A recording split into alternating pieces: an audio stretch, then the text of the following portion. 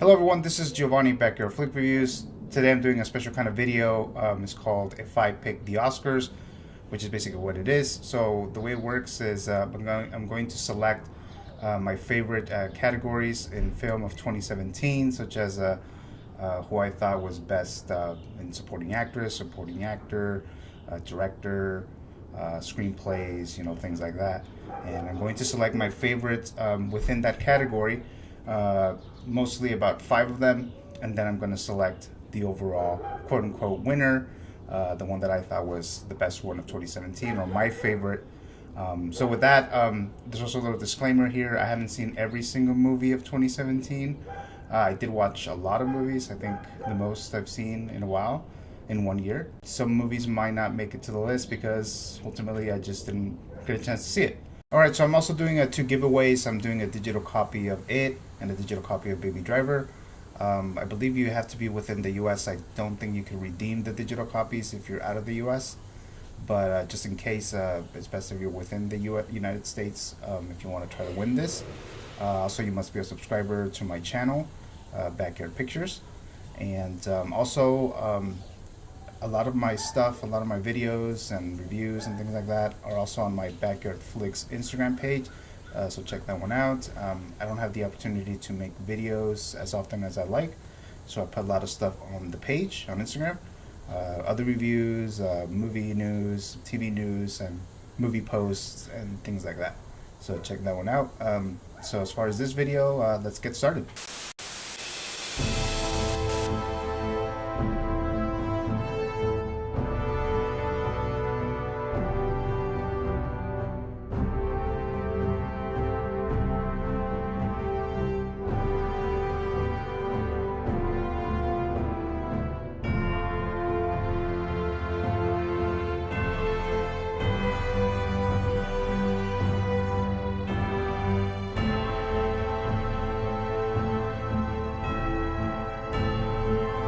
Alright guys, so the first thing I'm going to start with is best cinematography. So what I'm going to do is I'm going to give you a definition of what cinematography is. So it's the science of art of motion picture photography by recording light or the electromagnetic radiation. It's basically the way the movie looks. Sometimes you see a film and it looks like really nice, it looks really beautiful. A lot of it has to do with the cinematography. There's a cinematographer that makes the shot or the movie look a certain way, different kind of colors. You see a lot of maybe oranges, light blues, and things like that. So that's what cinematography is. So I got my favorites of 2017, and on my list here for best cinematography. Again, this is in my opinion. There's 3 potential candidates, quote unquote. So my number 1 is this by alphabetical order by film. So my best cinematography first choice is Roger Deakins for Blade Runner 2049, and then we have Hoyt van Hoytema for Dunkirk, and then we have Dan Laustsen for The Shape of Water. Okay, so all 3 of these films look really beautiful, they look really nice. So my choice within those 3, the best cinematography, is going to be Roger Deakins for Blade Runner 2049. So that was my choice of the 3, just to give you an example of how this is going to work for this whole video. So Roger Deakins made this look amazingly good. It looks absolutely beautiful. There's a lot of oranges, and as far as the colors, a lot of orange in there, and it just sits the mood, this sci-fi world. It just looks really, really nice. So if you haven't seen Blade Runner 2049, maybe you may not be interested in the story or whatnot, but if you do end up watching it in the highest definition as possible so that you can see the cinematography of this film, it's really, really, really pretty, really beautiful.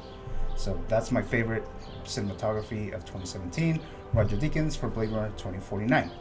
Alright, so moving it right along with best musical score. So there's only going to be 3, and of those, again, in alphabetical order by film, it's Hans Zimmer and Benjamin Wallfisch for Blade Runner 2049, Hans Zimmer again for Dunkirk, Alexander Desplat for The Shape of Water. So those were the 3 musical scores that kind of stuck with me.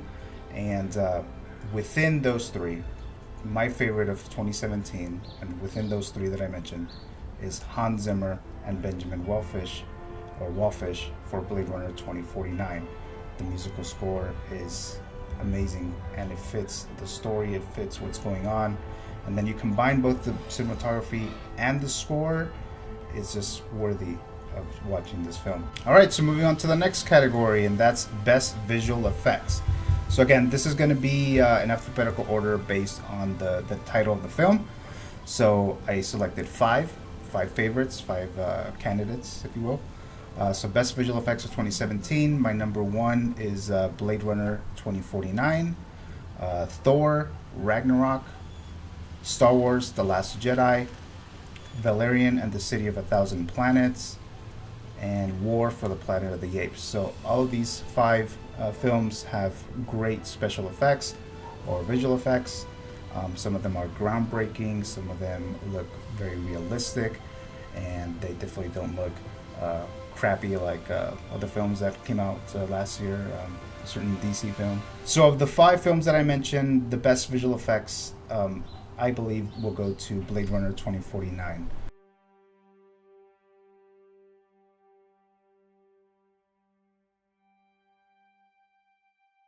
Alright, with some of my favorite technical aspects of film of 2017, we discussed cinematography, score, visual effects, and so now I'm going to move on to the acting categories. So again, this is just in my opinion, but I'm going to start off with the best supporting actress, the performances that I thought were the best in 2017, and then I'm going to pick one overall of the best one. So this is an alphabetical order on the last name, so based on the last name. So number one is Allison Janney for I, Tonya. And then we have Daphne Keane for Logan. And then we got Laurie Metcalf for Lady Bird. Michelle Pfeiffer for Mother. And Octavia Spencer for The Shape of Water. So again, this is just my choices. The Oscar nominations are going to be announced on January 23rd, but these are just my choices. I wanted to do these before they actually announce their choices, over 7,000 members and whatnot, but this is just me. So of the five that I mentioned, best supporting actors, the best performance that I felt was in 2017 was Allison Janney from I, Tonya. It's the lady or the girl from Juno. She's the stepmom, and she's also in the TV series Mom. And in this film, she completely transforms herself. She doesn't even look like her regular self. She's like this really like abusive mother who's like pushing Tonya to become this amazing skater, and she can never do anything well, even if she is making it to like the Olympics and stuff. It's never good enough. And this actress, you really learn to or love to really hate her. Her performance is really, really good. I do think that she will at least get nominated for an Oscar, but she is my favorite choice, who I thought was best of supporting actress in 2017. That's Allison Janney for I, Tonya. Okay, so moving along with the acting categories. So best supporting actor, this is by alphabetical orders, not by rank or anything like that. But right off the bat is Armie Hammer for Call Me By Your Name. Then we have William Poulter for Detroit. Christopher Plummer for All the Money in the World. Sebastian Stan for I, Tonya, although some people might think of it as a leading role, but I see it more of a supporting role. And lastly, we got Michael Stuhlbarg. I don't know if I'm pronouncing that right, but Michael Stuhlbarg or Stuhlbarg. Call Me By Your Name. So those are my five choices, the best performances that I saw in the supporting category or in the supporting role. So within these five, my favorite is going to be William Poulter for Detroit. Is that kid from I forgot the name of it. Oh, he was actually one of the Narnia movies. I think that was his first film, and he was also in a movie with Jennifer Aniston, this comedy where he plays like this little like wimpy kid and stuff like that. Nerdy and all that stuff, and kind of looks nerdy. He was supposed to play Pennywise at one point, but then he was recasted with Skarsgård. But his performance in this film is like this terrifying young cop who's racist as hell. And if you've seen the movie, you can totally tell that he put some serious effort in this role. He's obviously the villain of the movie, and I don't feel that he overdoes his villainous or whatever, but he was the one that stood out to me the most of all these performances that I've seen in 2017. There were some good performances, obviously, but this one's the one that stood out to me. So that's Will Poulter for Detroit. All right, so moving on with the next category, we got Best Actress in a Leading Role. So here are my choices, again by alphabetical order. So we got Sally Hawkins for The Shape of Water, Margot Robbie, I, Tonya, I don't know how to pronounce her first name, but Saoirse Ronan for Lady Bird, Emma Stone for Battle of the Sexes, and Michelle Williams for All the Money in the World. All right, so within these 5 performances for an actress in a leading role, I'm going to choose Sally Hawkins for The Shape of Water as the best performance of 2017 of the films that I've seen anyway. And I liked her performance the best because she's a mute, and not just the fact that she's a mute, but she has to portray her emotions differently in her expressions. She can't talk, she can't say anything, she can't yell or anything like that, so she has to show her moods, her feelings and all that stuff just based on her expressions, on her little gestures and things like that. And I think she did that really well. Like, I really bought that she really can't speak, that she really is a mute. And that's why I think that her performance was the best of 2017. Okay, so the next category, Best Actor. So here are my choices, again, by alphabetical order. So we got Timothée Chalamet for Call Me By Your Name, James Franco, The Disaster Artist, Hugh Jackman for Logan, James McAvoy for Split, and Gary Oldman, The Darkest Hour. And within these 5 actors, these performances, my favorite performance was James Franco for The Disaster Artist. Now, Gary Oldman, I watched part of Darkest Hours. I didn't finish watching it because I just couldn't really get into it. So his performance was really good as well. I mean, he really transforms into Winston Churchill. You can't even really tell that it's Gary Oldman, so his performance is really good too.